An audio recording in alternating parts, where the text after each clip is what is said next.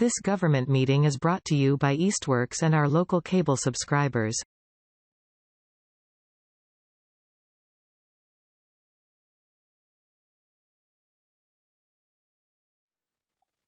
Okay, welcome everybody to the March 12th meeting of the School Building Reuse Committee. I guess Jeff will keep track of who's here, and as usually done, I think I'll pass it over to Jeff and Emily to run the rest of the meeting. Great, thank you, Joe, and thanks for everybody for being here. I'm just going to go through what is on the agenda, and I think we'll go through it. I mean, the bulk of it will be to talk through the second draft of the RFP language. But the first thing will be a quick update on mass development due diligence. And Ben, I don't know, if you're prepared to give any updates. I have a little bit of information we can just update on that. Review of the second draft of the RFP. We should kind of continue our review and discussion of the frequently asked questions. I think that's one of the next things that we really kind of need to hone in on. I would like to give a brief update on the schedule for school committee and city council, and then either other topics not reasonably anticipated, any public speak, and then we'll be done. So Ben, maybe if you, I had to put you on the spot, if you wanted to offer any updates, and then I can kind of fill in or add, or maybe not say anything. Sure. There's, everything's proceeding, so we expect the appraisals to be in the next week or so, certainly by the end of April. The site work I know has been happening. I'm not sure if it's complete yet. Jeff, you might have a better sense of that. And the video inspection of the sewers should be happening soon if it hasn't already started. So that's my quick update. Yeah, thank you, Ben. I think that's a great update. It'll be interesting. I think we should have an opportunity if we have this group meet in May.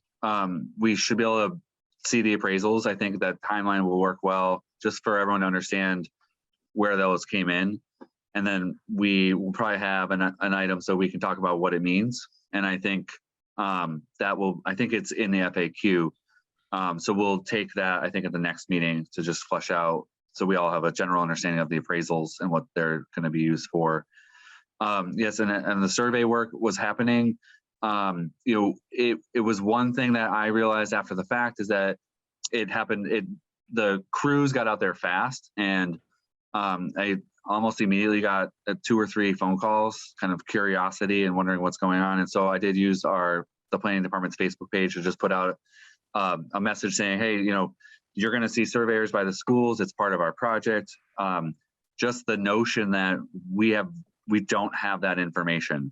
And one of the things in particular that came up was, the surveyors went up Maple Street, and that was one of the things that people were curious about. And I just tried to kind of frame it that we have this opportunity to collect some of that data going a little further up the street, and this is just the time to do it. And so that seemed to work well. And then the one thing I did want to, Ben, just mention is we are having VHB do some conceptual site plan. And I do want to follow up on that at some point and see if that might be something we could preview and whenever this group meets in May.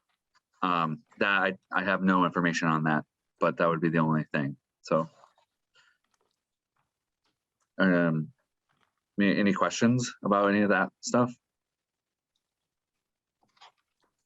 Okay.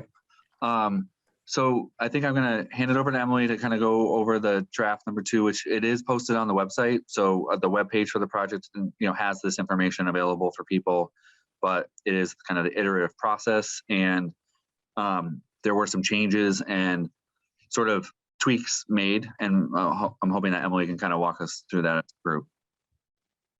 Sure. If you can allow me to share my screen. Yeah. And I will say that I'm working off a laptop. I normally have multiple screens. I've only got one, so I apologize in advance for any sort of clunkiness in the transition here. So I'm just going to share the screen now. You should be able to see it.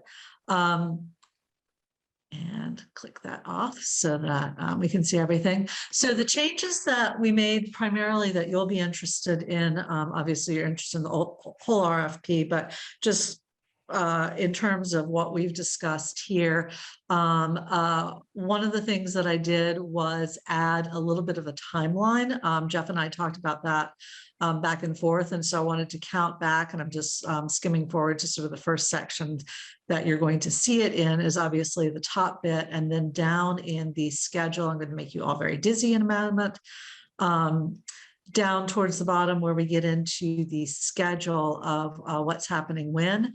I just want to call out so that you can see how this timeline works.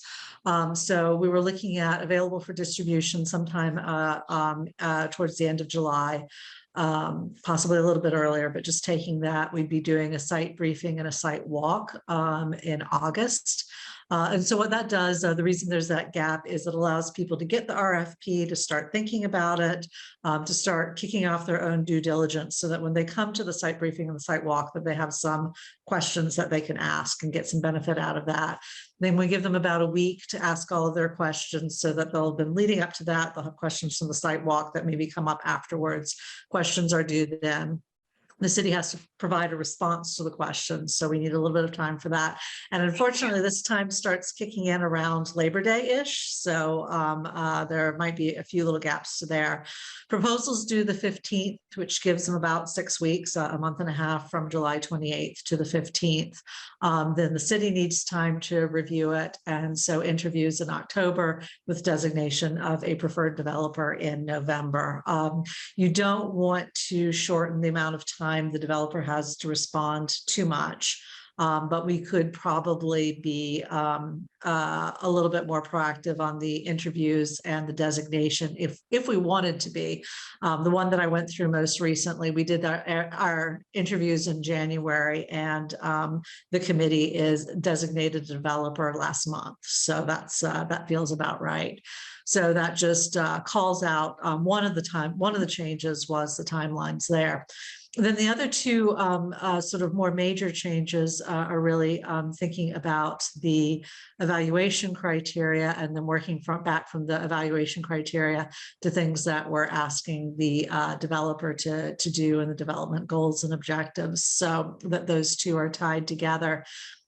So in terms of development criteria, I had a couple of notes on the schedule here. We put in this idea on new construction, this new number 7.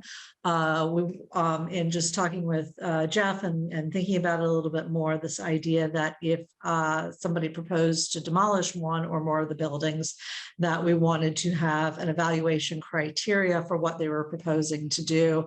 We had talked about the idea that they'd have to do a little bit extra if they proposed it. So here you see us setting it up in the criteria.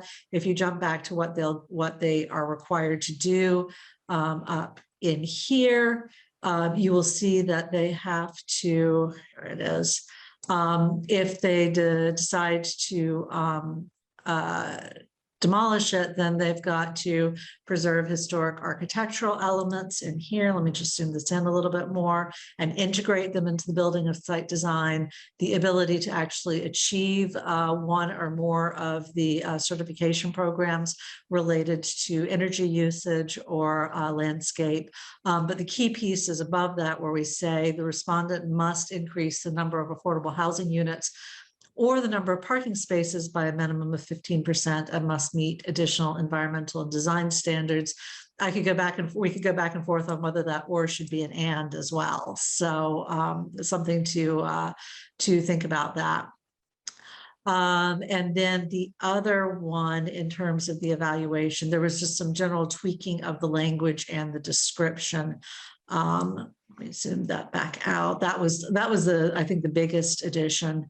We added a little bit more in experience, and in fact, Ben had some comments subsequent to this draft about the experience in terms of, we call it the reuse of schools or building of a similar scale, but maybe making it a little bit more clear that we would accept town halls or other adaptive use projects on a similar size and scale. Obviously, they can submit for communities that are not in Massachusetts, but Massachusetts, having at least some Massachusetts experience guarantees that they've been through the development process in Massachusetts before, which is not necessarily the same way that a development process would be in New Jersey or Ohio or something like that. We have our own unique quirks in New England. And then the rest, I think, is fairly close to what you saw. I don't remember any really large changes. I think actually number 2, we just made the language a little bit clearer in terms of the community connections. And I think we actually increased it under advantageous. Jeff, do you remember any other big things that we changed? But I'm pretty sure that's the top of the list. Yeah, I think you covered definitely the big changes. There was one area at the beginning where we're describing the properties. We tweaked the descriptions, and the descriptions are not themselves, they're not going to change much, but I suggested we add clarification on the community benefit. So I don't know if you can pull that up. So one in the first version, there was an early reference to one of the properties had a specific item listed, and I can't remember what it was. I can't remember if it was the gymnasium or public parking, but I kind of suggested that we take each property and make the highlighted section here is the connections, and just say the thing that the community has been clear on and consistent was, I think we must be, so this is Clark Avenue, so this must be Center Pepin. That's the center, yeah. Yep, Center. So just to really be clear that the thing that we hear about Center in particular, because it's got a little bit of site left, is the potential for small amount of public parking was a high priority. So that would come off of the side street. Is it School Street? So just to identify that. And I think the playground, was the playground Maple. Yeah, playground and Maple, and we called out the school's gym. Here it is. The school's gym is seen by many as an important community resource. So we called that out as well. So as you say, Jeff, a specific community component for each of the 3 schools. Yeah, and then that builds into, it goes back to those evaluation criteria to then, it's just a signal that those are the things that have been identified in this section. And then later in the evaluation criteria is where the review of the RFP would factor in. Did they touch on the things identified? I think the idea is that they could provide something that we didn't think of, and that is allowed and considered, but it was those 3 primary things that we identified through the downtown strategic plan process. So that was the one change I know that I kind of suggested we add in there. So with that, and obviously, I hope that you've had a chance to look at the entire document, where I'm happy to scroll to any of the pages without hopefully making people too dizzy on it. But those were the major pieces. Love to hear people's comments if they think that there's anything else that we need to add or things that we need to take out. We had put in quite a bit of information about the city of Easthampton itself and the many things that the city's been doing to really create a great place for investment. To try and attract developers to understand how important these 3 schools are, but love to hear your comments at this point. I have a comment. Yeah. I'm curious about the logistics, and I'm all in favor of the public parking, but I'm curious about the logistics of having the public parking on private property, unless I'm missing something. Is that the request? Is that the ask? It would be public parking on, yes, there would be publicly available spaces on private property. Is your concern maintenance or? No, my concern is liability, because I know in EDIC we were exploring this pretty heavily, and nobody was willing to do it officially because of the liabilities involved, specifically Easthampton Bank, for instance. So I'm wondering if other cities or other municipalities have overcome that, or if there's something we're missing. Because if there is, I'd love to bring it to EDIC. Can I ask the related question to this? So it raises a good question, Chris. I had a conversation with someone who asked something similar. It's a little different, but it was similar, which is there might have been some other community, I think was the reference point, where something similar, whether it was a playground or parking, I can't recall actually the specific, but they actually were, they actually carved off the lot and took it and retained it as city property and left the remainder as the private parcel. I think we probably are not at the right time for that. I think we will probably really gum this whole thing up if we try to carve it off proactively now. But Emily, maybe we could add something in there to note that the city would be willing to consider something along those lines. I don't know exactly what the other part of that, the other side of that is, and I apologize because this didn't occur to me until Chris kind of raised this question, was somewhere noting our willingness to try at least to find public funds. So if you think about MaxWorks, we do want to preview that we would come to the table with a developer to try to find public dollar funds to make the make the public parking happen, and that sort of willingness, just as a consideration. So those are the. I think, yeah, the only other thing I was going to say is, Chris, your liability issue is a good thing to bring up, because I'm wondering if it would also apply to the neighborhood playground, if we're allowing, public, and also if the gym is capped. And so there's public access to the gym. I'm assuming that, again, liability, some sort of liability sharing by the town, or, the town, city takes ownership of some of that would have to be worked through somewhat. So it feels to me like it's a little bit larger than just the public parking. I agree, Jeff, I have no problem with putting any of the things that you said in there about the city coming to the table with funding and ownership and all of that, but I think we need to think about it for all three. And do we address it in the RFP, or does that become the topic of conversation in once a developer is chosen? So yeah, I think those are good points. And as we're having this conversation, it dawns on me that the city could probably lease the gym or lease land. And I'm wondering, actually, Jeff, when Parsons School was done, that little playground that's next to Parsons, the apartment complex that they turned it into, is that city land or is that their land still? Yeah, the park at the front along Parsons Street was always a city-owned sort of small piece. It wasn't associated with the school, to my knowledge. Okay. But the parcel in the back is a larger 1 acre parcel, and the city did subdivide that so that it was not part of the Parsons Street RFP. It was just held separately. And there are pros and cons to this discussion. I mean, we can kind of see, unfortunately, what happened when the city carved off that whole lot. And the school was developed in 2015.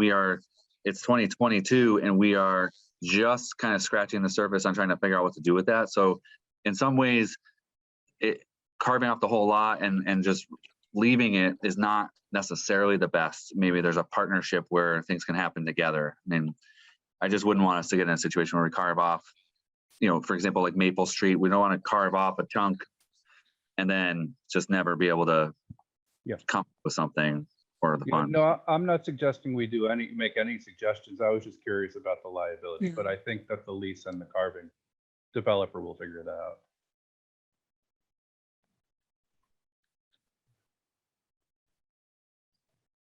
Other questions or thoughts or things that don't quite ring true in the RFP, that something that doesn't scan well that we should clarify? No, I mean, I like the last RFP. The only RFP I was dealt with years ago was very much of, I can't remember the words, almost like a should and a must kind of black and white distinction. I like the favorable versus unfavorable because it gives a lot of flexibility. But I was curious, will applicants get points, or how will someone, okay, you got 3 favorables and 2 unfavorable and 1 Very favorable. I- How will that be all assessed? Is it in there? Okay. I am so glad you asked that question. It is, but it's in a comment. So if you happen to Okay. have your comments turned off, you wouldn't have Okay. seen it. So what I'm suggesting is, first of all, a point system. So 0 for not advantageous, 1 for advantageous, and then 3 for highly advantageous. And then the other way to do it is on top of that, have a weighting of the criteria. So when you add them up together, they come to a specific weight. It makes for a fun Excel spreadsheet. But it can work well. And I just threw in weightings that seem to work well with how the criteria were developed. So 1 through 7, which was all about the project, would be weighted 50%. 8 to 10, which was about the developer's ability to complete the project, 40%, and then the interview at 10%, but completely open to other breakdowns of criteria, or if there's one criteria that you'd prefer to weight higher than the others. For example, affordable housing, would you want that criteria weighted 10% and adjust everything else? So, but that's how I was seeing it break down. And is there, is it highly advantageous if someone is willing to pay for anything, anybody, or where does the whole price come into this calculation? What do you mean in terms of price? Someone mean the wanted sales- yeah, sales prices. I mean, is it, I've seen, I think, Jess's group there, is under or just putting in paying $1. I mean, is that Right. pretty much where we're at? Or are we going to give someone, if you're willing to give us $20,000, we'll give you 2 points, or is it, where will that be decided? And We when? hadn't actually discussed it. So, you bring up an interesting point. Is the city expecting to receive any funds for this? I think one of the things certainly that Jess's pro forma showed was not only was it $1 for the buildings, but it was also seeking additional funds from the city to help for bolster the argument for some of the funding sources from DHCD, for example. So in that case, this is a situation which you're completely disposing of the properties. It's not like it's a land lease where you're expecting to get any sort of revenue from it. Do you want to make price a factor, knowing that it's probably going to be a relative, whatever it is, it's probably going to be relatively low, Right. if anything at all. Jeff, I don't know what your thoughts are on that. It's a good question, Joe. I think, and I'm not suggesting we move to the FAQ at this point, but in the FAQ, we have a question about why would we sell it for $1, and I think the answer to that's kind of tricky, and there's a lot of parts to it, but I think one other conversation that I've had is also just kind of a generalized conversation. It's just that we unfortunately are. It seems like we're going to be on this path to release this RFP and have developers looking at this project at the height of like one of the weirdest bidding environments and time when construction costs are just out of control, really. And if that trajectory doesn't change dramatically kind of quick, we're going to be looking at like costs of construction that have never been seen before. And so we are going to have that kind of discussion about the value of letting the properties go for very low or dollar to make sure that we are giving that as the incentive to get the things that we want, kind of probably more than ever. And I think it's a good, because I think part of what we need to do is be thinking about what a developer would look at, and also what our community members might ask and how they would feel about it. But I think we're going to have this balancing act to face. CPA money is something that Valley CDC has mentioned, and so it's something that Emily said. I think in the FAQ we want to probably hit this nail on the head, because just giving the properties out for $1 is probably not enough to kind of ask a developer to take these properties on and put forth tens of millions of dollars in investment. So they're going to actually ask for CPA money to help support them as well. So those are going to be kind of tough conversations, but I think we want to crunch the numbers a little bit and make sure people know that we are popular. It's great to be in Easthampton, but still it's a big ask it's a big expectation for us to get not only the buildings converted to affordable housing, but any other thing that we're adding on our wish list that would be a cost is going to have to come from somewhere. So those are just kind of a bunch of smattering of comments. I had one more that I needed to work in this was carrying costs. So we, in the next month, one of the things that we're going to have to come up with is a number that it's going to cost the city to maintain the buildings for some period of time. The school department is going to be done, absolutely done with these buildings in July, and that's it. The city will have to absorb the cost for maintaining the buildings, and unfortunately, it could be some period of time. It could be a couple months, it could be a year, it could be 3 years, and so that might be the thing that a developer could work into a longer pro forma, and maybe that could be something that we could try to ask for, or give some points for a developer who can get to that point quickest. But we are going to have a lot of discussions about the cost of this, and I think as a community being reasonable with our expectations that, you know, it's a huge ask that we're trying to get people to take these buildings at all. So I feel like I just rambled, and I don't know if it was cohesive, if I'm creating questions, but it is a good talking point. So I'm glad you brought up the carrying costs, Jeff, because if you hadn't, I would have. That was another comment I got, was to make it highly advantageous or more advantageous the sooner the developer took over the buildings. So that's number 8, and we're using 18 months. I think I had 12 originally. It was suggested that 18 months would be better, a more standard amount of time. But I think, if, as Jeff said, if you put the cost of rehabbing the buildings plus the cost of material and labor environment that we're in now, it's always tricky. Plus the fact that you're asking for affordable housing and some community benefits. So it's not like they can just do all market rate housing and cover their costs that way. There's a lot of pieces in here that are increasing developers' costs. And that's really going to the level that the city will need to, in order to achieve its goal of affordable housing plus community benefits, they're going to need to be flexible on what the buildings are disposed for in terms of price, and also perhaps some of those additional funds from the CPA.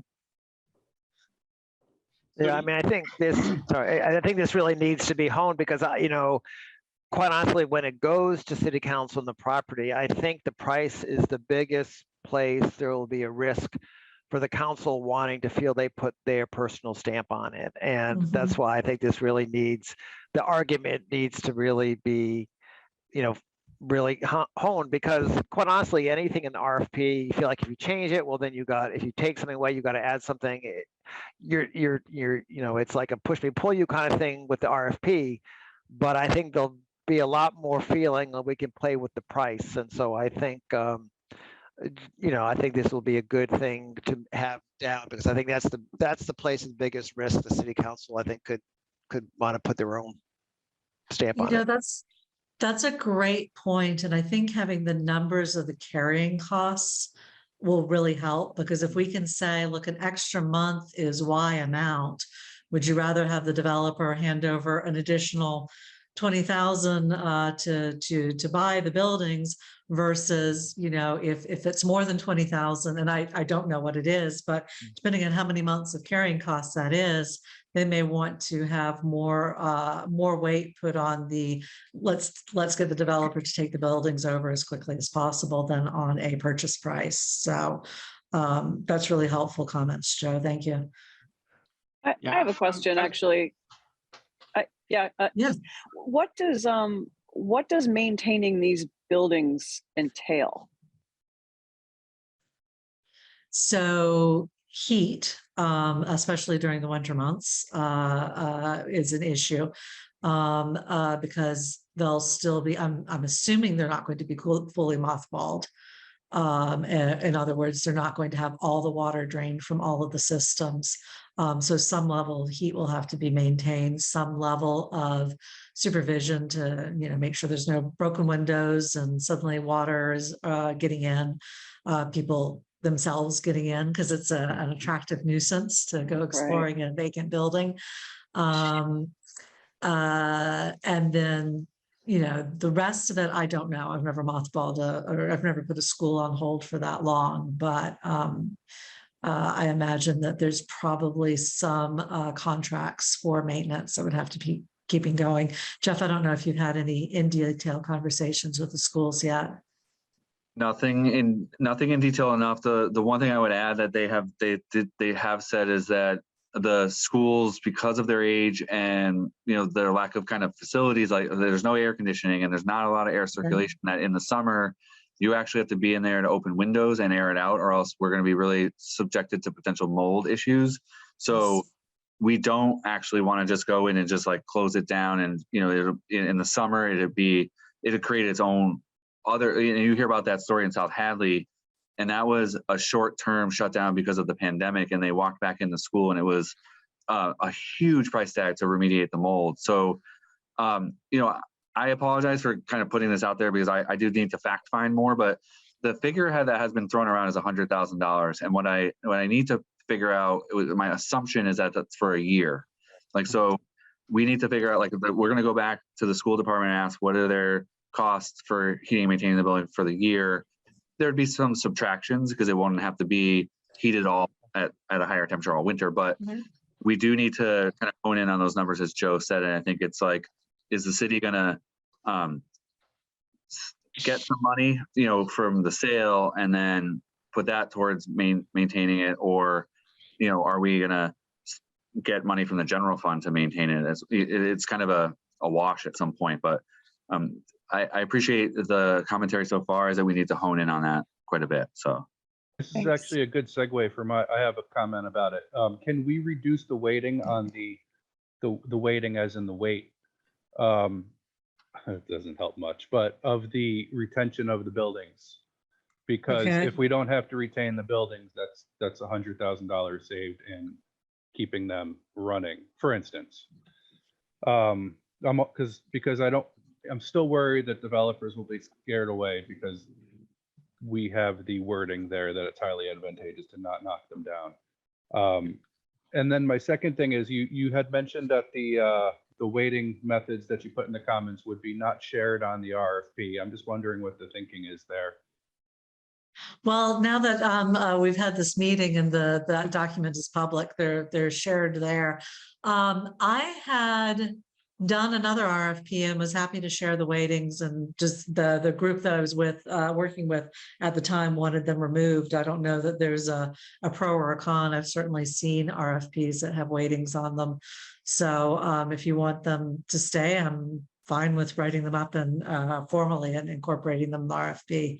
I can double check a couple of the sample RFPs I looked at and just see which way they did it, just to make sure. Interesting thought on the new construction, though, in terms of, does that save the city money if we just go straight to new construction? And it would be worth checking that if the buildings are going to be demolished, how long can you just shut them up, or are you creating some environmental hazards? You're still going to have people come and check on them. You would have to, drain all the systems. There's still going to be a gap between the time a developer is chosen and the time that there's any sort of plan that would be ready to file for a permit. So if you know that building X is going to be demolished, that decision has been made, at what point do you stop maintaining building X? I think is an open question to discuss, because it becomes a hazard if it's not maintained, especially a very large empty building. It makes sense. I'm kind of going to go back to what Joe was saying, and maybe you answered it, and maybe it's the next piece as far as the pricing and the it kind of ties into. I was trying to keep note because we kept wandering away from it, but we don't have anything related to that right now. Like if somebody offers Mhm. 50,000 or $1 million, whatever the dollar number is. We don't have any weighting to that. I think as Joe kind of alluded to, I think we should either do that or not do that, or the city council is going to do that or do that, because what's to stop somebody from coming in and offering 500,000, I don't know, whatever, because the market is so good right now, there's nowhere to buy, there's not a lot of property to buy in the city. So what if somebody does look at all of these things and say, these are great things that you want that, but I'm going to write a check to the city for $750,000 for all of these properties and do whatever I want. I don't have an objection to putting in a weighting on price. Just to say, I just don't want to I'm create not an necessarily saying that. expectation. Yeah, I'm not necessarily saying Yeah. we have to, but I'm wondering if Yeah. at some point somebody's gonna want to do that. Maybe Yeah. it's not this committee, but I just feel like at some point that's gonna come back up again. I not to interject, but I agree that a weighting on, we should do it. We should have, we Okay. should do that before someone else does that. But I would make an argument that we do keep that particular one off the RFP, even though I just made a half argument. Because I think it's funny, but I agree with you, Emily. I also don't want to create that expectation that the city's gonna want money for this, because I want a lot of answers to this RFP. Sure. And I'm just always looking with the frame of, let's not just narrow it down to 2. I don't want 2 responses. Yeah. Or 1 Mhm. or none. Right, You know. right. Right. Yeah, I can think of the wording for the price that, doesn't have an expectation of a number, but just notes that a higher, should the developer offer a price that would be more highly weighted. Let me think about how to appropriately word that. Yeah, Jeff, But I think that goes back to Okay. your frequently asked questions, Jeff, like, because I have a feeling what's going to happen is no matter what this RFP says, when this goes out to the public, they're going to say, why didn't you sell it for the most amount of money you could get and walk away and be done with that? That's the questions I know I will hear from people. So I think you have to incorporate that somewhere into the frequently asked. I think you already said you're planning to do that. So, or why we would take it for, Yeah, no, I appreciate it, Pat. I agree. I think people are going to ask it, but it's going to be who we educate. Remember that city councilors are elected officials, and so the good news is that they are pretty well versed in the fact that we need affordable housing. Mm-hmm. They clearly identified as a goal and a need, and there are going to be things that we need to do in order to try to get the affordable housing built, and this is going to be like a really critical one that I appreciate that. I think we don't want to be snarky in those responses in the FAQ, but the flip side of the whole equation is that we could just turn these all into high-end condos, Mhm. and we could get money, but I think that's what we would flip onto the people who say we should get money for these, and that may be the only way that we're actually going to get like income, a one-time income, is if we let them all go to market rate, and it's condominiums that people in Easthampton will be able to afford. So that's gonna define the right way. That's why the FAQ didn't come out to you guys, because we should preview it in a minute soon, but the way to answer them, it's tricky how we want to answer these, but that would be how I would start that conversation, not in a snarky way, but just in a real way, just that's kind of the flip side of that token, the coin. Pam, I saw you unmuted. Were you gonna say something, or did it go? No, okay. I think this is a great conversation. It's all helping us, and I think, before we go to the FAQ, actually, no, what is next on the agenda? Well, maybe would we want to ask if there's any other questions on the RFP before we switch off? Yeah. Or Actually, I'd make a comment, because it's, as we're sitting here talking about it, maybe the price factor could be some sort of, I don't want to say tiebreaker, but if we have a bunch of RFPs that score 20 points and 21 points, if you have something that's within some amount of standard deviations from the mean or whatever, then price might be when you look at price. I don't know, Mhm. just a thought. Yeah, I think that's an interesting way to think about it. So, Yeah. I think, I do want to preview. I have not seen the appraisal, but I do think this is a good topic of conversation. It's going to come up because these appraisals it's going to be, I don't know, I'm just going to guess, but they could be appraised for $1 million. And so we need to be like realistic for people to know that that's what the appraisal is, but here's all the reasons why we may not achieve that. And I Right. think, I think it's that as the number goes higher for what the appraisal shows, I think the conversation will be longer and louder. But and I think too that, there's an assumption that a building is worth something, right? But when it comes down to it, something is only worth what somebody is willing to pay for it. And so people say, well, it's a large building, it's a huge asset, it's right downtown, it must be worth a fortune, we should get a fortune for it. But that's not necessarily the case, and especially when the city has very specific goals, especially related to affordable housing. So it's just important for people to remember that it's only a number until somebody writes the check. I sell rare books for a living, and I couldn't agree more with that statement. So let me just throw up the fact, this is absolutely a draft at the moment. I took the first crack at answering the questions that Jeff had posted on the Google Doc after our last meeting, threw in some color and some pictures to catch the eye, and up at the top sent people directly to the website where all this information has been collected. So I'll just run through the questions and then we can go back through them. Why does the city believe the best option for the reuse of the school buildings is affordable housing?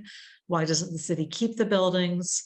Why does the city want a private developer to acquire the property? Why would the city want to sell the properties for less than market value? Why does the city want the RFP to be as flexible as possible? What are the community benefits the city would find desirable to have incorporated into the project?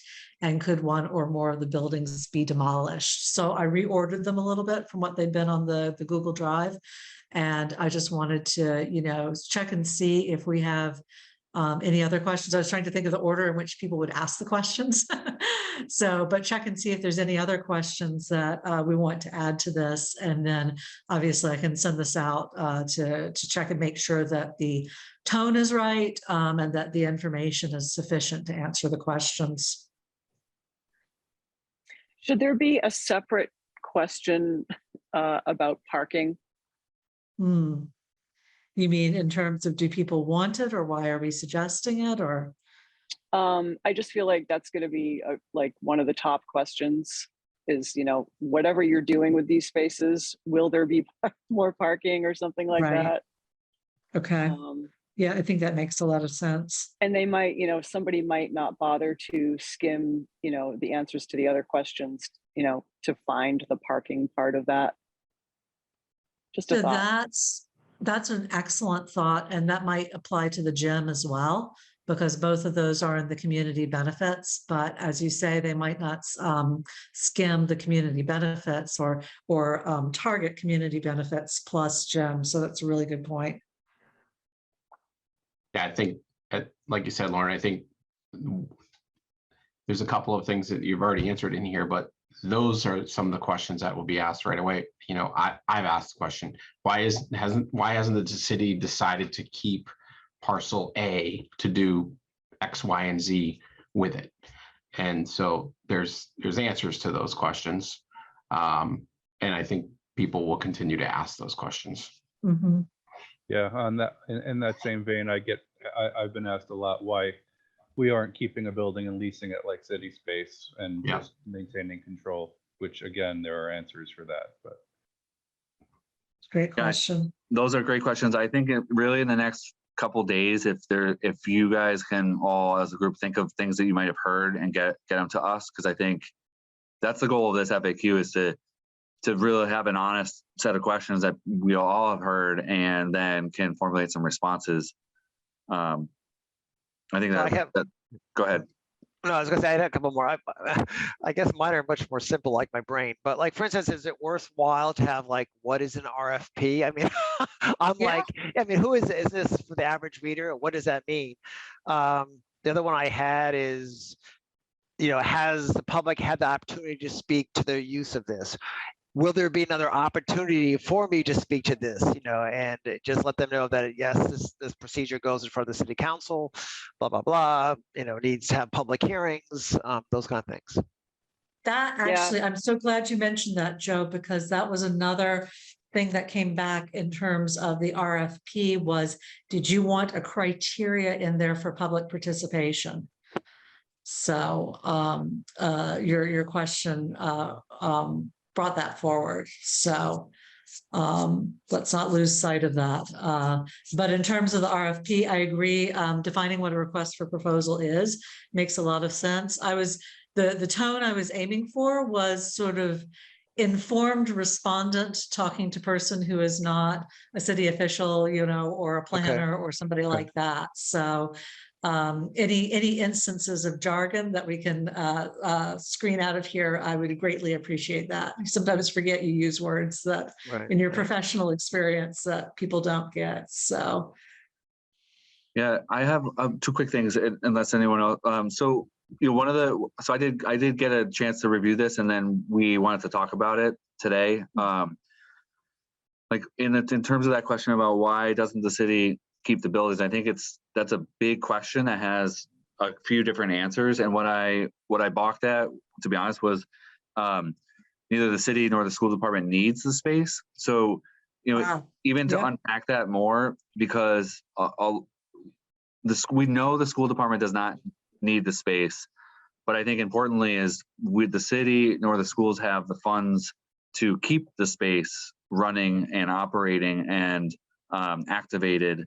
So, and then I think it kind of goes down that whole chain of like city space, and just using that Old Town Hall example of, they've been fundraising for and gathering funds and applying for grants, and just a huge amount of legwork for about 4 years to get the $6 million it's going to take to update the building. And so, that kind of, we want to kind of enumerate that in this answer, is that could be impractical for the city to try to do those things in this case.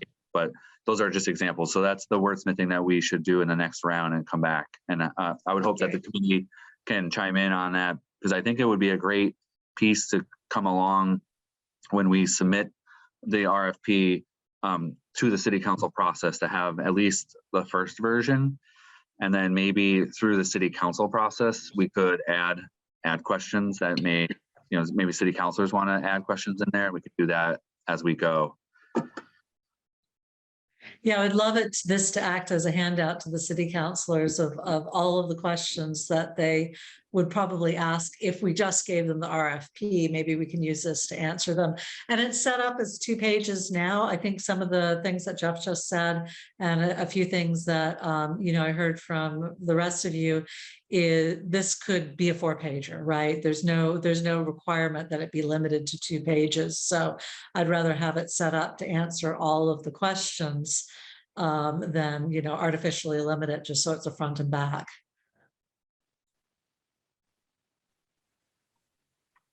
I mean, do you want, so the questions be to the point, like, because we all hear it, can it be, is the city going to be able to keep the gym? Or do you want to not answer that kind of write out question and incorporate, in some other answer? That's also a good question, Joe. I mean, I'll take a shot just to explain what I've heard is that there is no city entity who has the ability, capacity, or way to keep the portion of the building. Right. There's the desire to have access to it and keep it for certain purposes. And so, we have to figure out how to answer that question, which is there could be a possibility for a developer to absorb that, right. And the costs around it, and to have it available at times for the public or for certain public uses. But I think we might want to hit the nail on the head and say that as of right now, the city does not have the department or funds, necessary to maintain it as a city-owned. Right. I mean, those are the conversations we've heard. And Joe, it's like, how direct can we be? But that's So- a good, I mean, that's a good point. I mean, you're right. I think you should be direct that, but there can be the hope that one of the criteria is giving a developer the option Right. to share this public space with the community, then that say, oh, well, maybe there's still the chance that we'll find someone. Blah, blah, blah. Yes. I think that's a great point. So what would we do after this? Can we maybe resend this out as another Google Doc just to get more input? If you come up with anything, I just would really kind of ask urgently to kind of think about that and put it in there. And then Emily, I love the format. I think it's great. Like, it really helps capture it with the graphics and things, but to hone in on more questions. And then the hardest part we'll come up with is how to directly answer them. Right. Okay. And I do agree, being as direct as possible will be huge. Again, it should answer as many questions as possible for people, so that they're comfortable with understanding why this is being issued and what to expect when the proposals start coming in. Yeah, I think that's great. And so if I can try to not just do a segue into schedule, because I think it relates to the FAQ is one of the bigger assignments that we need to finish. I did want to tell everyone that the school committee is meeting tonight. And we submitted a packet on Thursday, and we are asking them to potentially take a vote to declare the properties surplus. And it's kind of a three-pronged vote, which we are asking them to take. This is all with guidance from the city attorney. And I lost my screen on this other page here. Sorry, let me find this. What we need is for the city council to take this vote soon to declare them surplus. But what that will do is it'll allow us to be ready over the next month or two to submit the RFP to city council.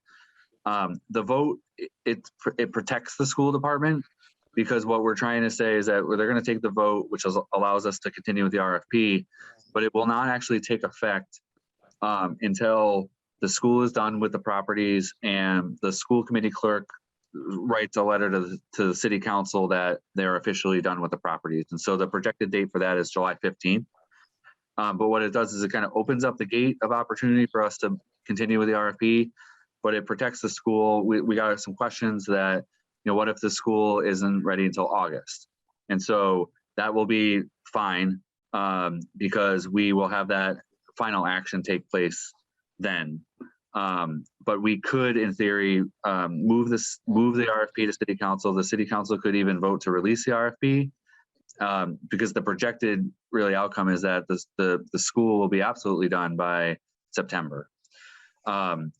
So that was really this. It's kind of it's potentially an administrative type of vote of the school committee tonight, where they are not really charged with determining the future use of the buildings or anything like that. And the superintendent is saying that they are the school department. It will be done with the buildings.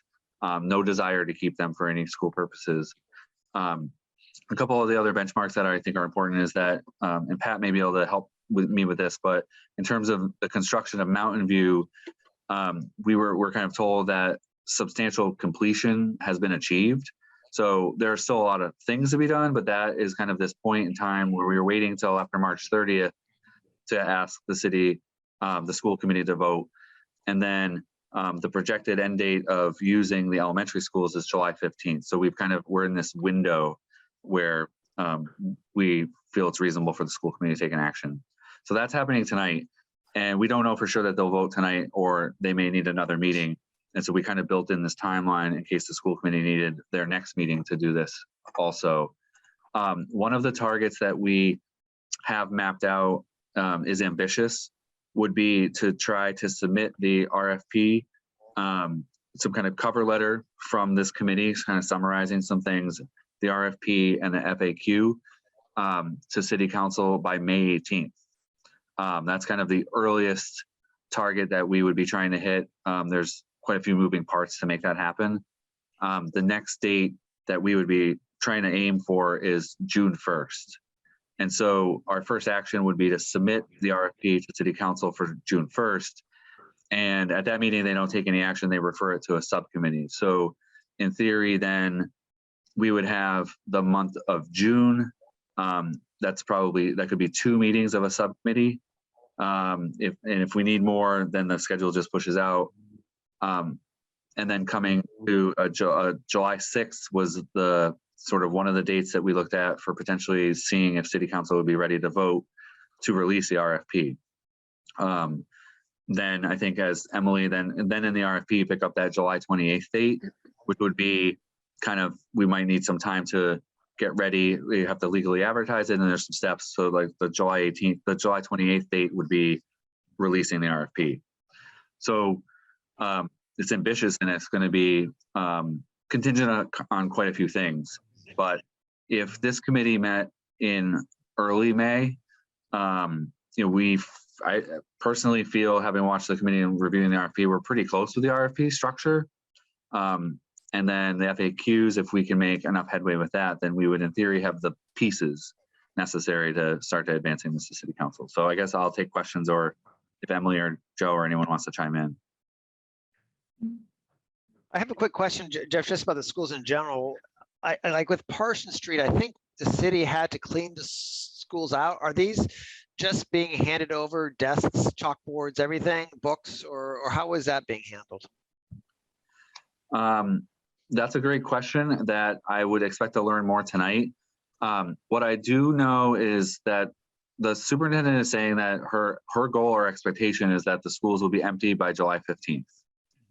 And how that happens or what happens, and yeah, Pat, please feel free to. No, I'm just saying, is that students or everything? Because I remember that whole Parsons Street, that I went in there, it was full of stuff. So empty, I would get clarification what empty means. Yep. The phraseology that I'm aware of is that there's a purge plan.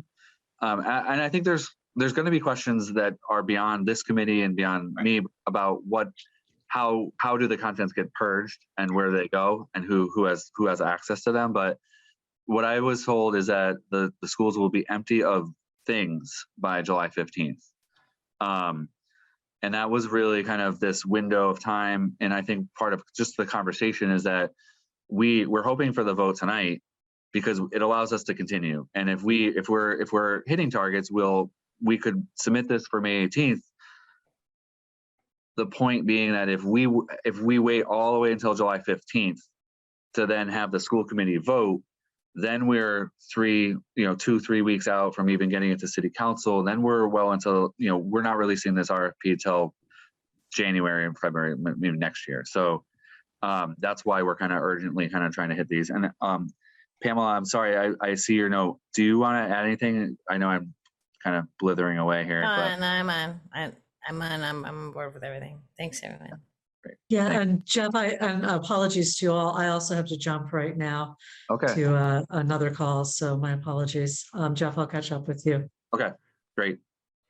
Jeff, as far as I know, like as far as the school, the new school and what's going on over there, everything is on target. Everything is cruising right along as a fly flies by me.